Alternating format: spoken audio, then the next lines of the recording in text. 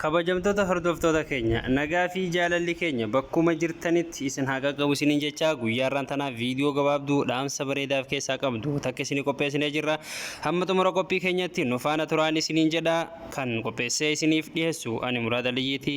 YouTube chaanala keenya dhaqaatii subscribe godha, mallattoo notification isinirra kaadhaa akka viidiyoon keenya yeroo gadhiifne nam hunda dura akka inni isin bira ga'uuf mallattoo all kanarra kaadhaa isiniin jedha. Hamma xumura qophii keenyatti nu faana turaan afeerraa teenya.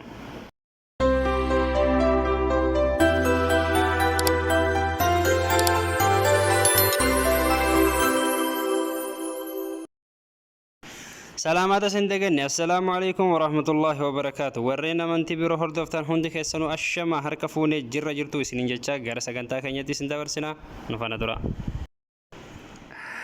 yeroo hunda namni gufuu namatti ta'u namni inni gufuu itti ta'e sun isa waan caaluufi nama si dura dhaabbate cabsuuf humnaan osoo hin taane kaayyoo koo irratti jabaadhu isa cabsi. Ati immoo namatti gufuu taanaan daandii keetii irratti ofitti cufuu jirta. Kanaaf namatti gufuu otoo hin tahin jajjabina namaaf ta'i. Dhugaa yoo filatte wanti dhabdu yoo jiraate nama kijibaa qofa. Dhugaa yoo nama jaalatte namni si dhaba malee ati nama hin dhabduu beeki. Namoota gatii namummaa beekan bira gaafa ooltu hamma geessu ol geessee deebita. Gaafa namoota gatii namummaa hin beekne bira ooltu garuu gatii qabaachuu keeyyuu shakkaa deebita. Kanaaf bakka oolmaa keetii tolchi. Jecha takkaan nama ajjeesuu dandeessa. Jecha takkaan lubbuu namaas baraaruu dandeessa. Jecha takkaan hawaasa tokko ijaaruu dandeessa. Jecha takkaan hawaasa guutuu addaan diiguus dandeessa. Jecha takkaan abdii namatti horuu dandeessa. Jecha takkaan hamilee nama tokkoos cabsuu ni dandeessa. Osoo hin dubbanneen duratti waan dubbachuu qabnu haa tilmaamnu. Dubbiidhaan duratti irra deddeebinee haa yaannu.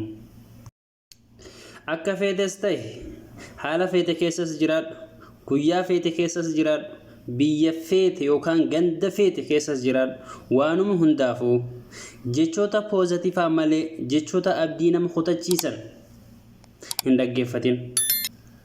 Atis waan dubbattu adda baasii beeki. Waan agarte hunda hin odeessin. Gonkumaa fuuldura malee gara duubatti hin tarkaanfatin.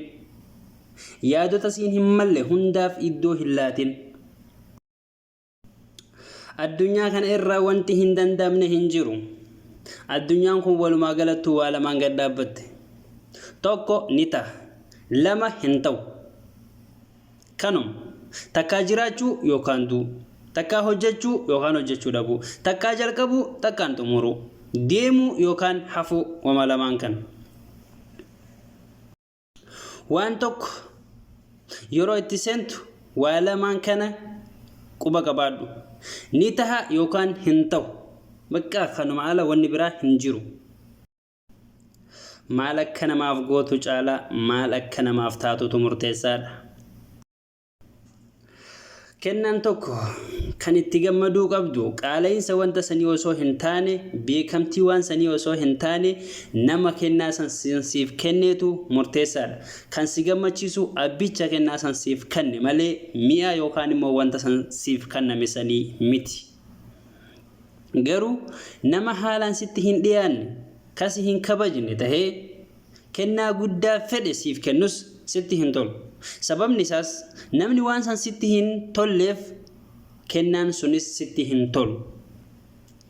Waan namaaf kennitu caalaa kan namaaf taatu yookaan immoo haala namatti dhihaatuun sirritti itti xiyyeeffadhu. Namni yoo itti tole malee siif hin tolu.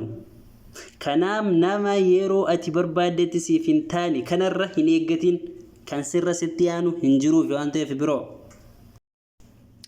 Ati kan nama caaltu waan biraatii miti, dandeettii yookaan immoo ogummaa keeti malee. Garuu akkasuma namni biraatis kan ogummaa si caalu qabu akka jiru hin dagatin. Kan si beekutu baay'eedha malee kan siif beeku muraasaa beeki. Bareedinni amala gaarii hin caalu, garuu shakkii takka malee amalli gaariin bareedina ni caalaa. Fudhadhu biroo.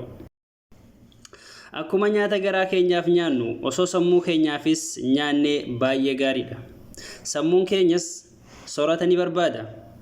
Hojii akkaan jabaatuu fi baay'ee namaaf ulfaatu kana hunda sammuun akka hojjetu beeki.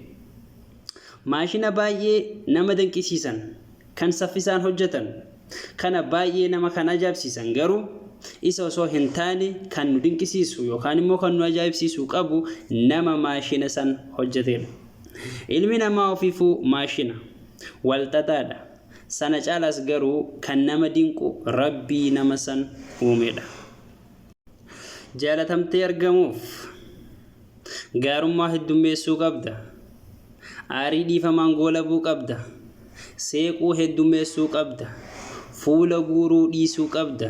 Nama hamachuu dhiisuu qabda. Atis nama jaalachuu kan si jibbellee jaalalaan ofitti qabdee jaalala barsiisuu qabda. Obboleessa kiyya obboleettii tiyya. Jireenyi salphaa miti. Yeroo takka yaaltee Yoosiif milkaa'uu dide abdii hin murin. Maaliif jennaan?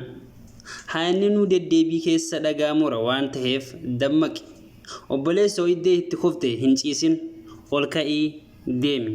Deemuu dadhabdu tiradhu. Kanas qabadhu. Sirritti hubadhu. Yaadi malee hin dhiphatin. Nama irraa baay'ee hin eeggatin.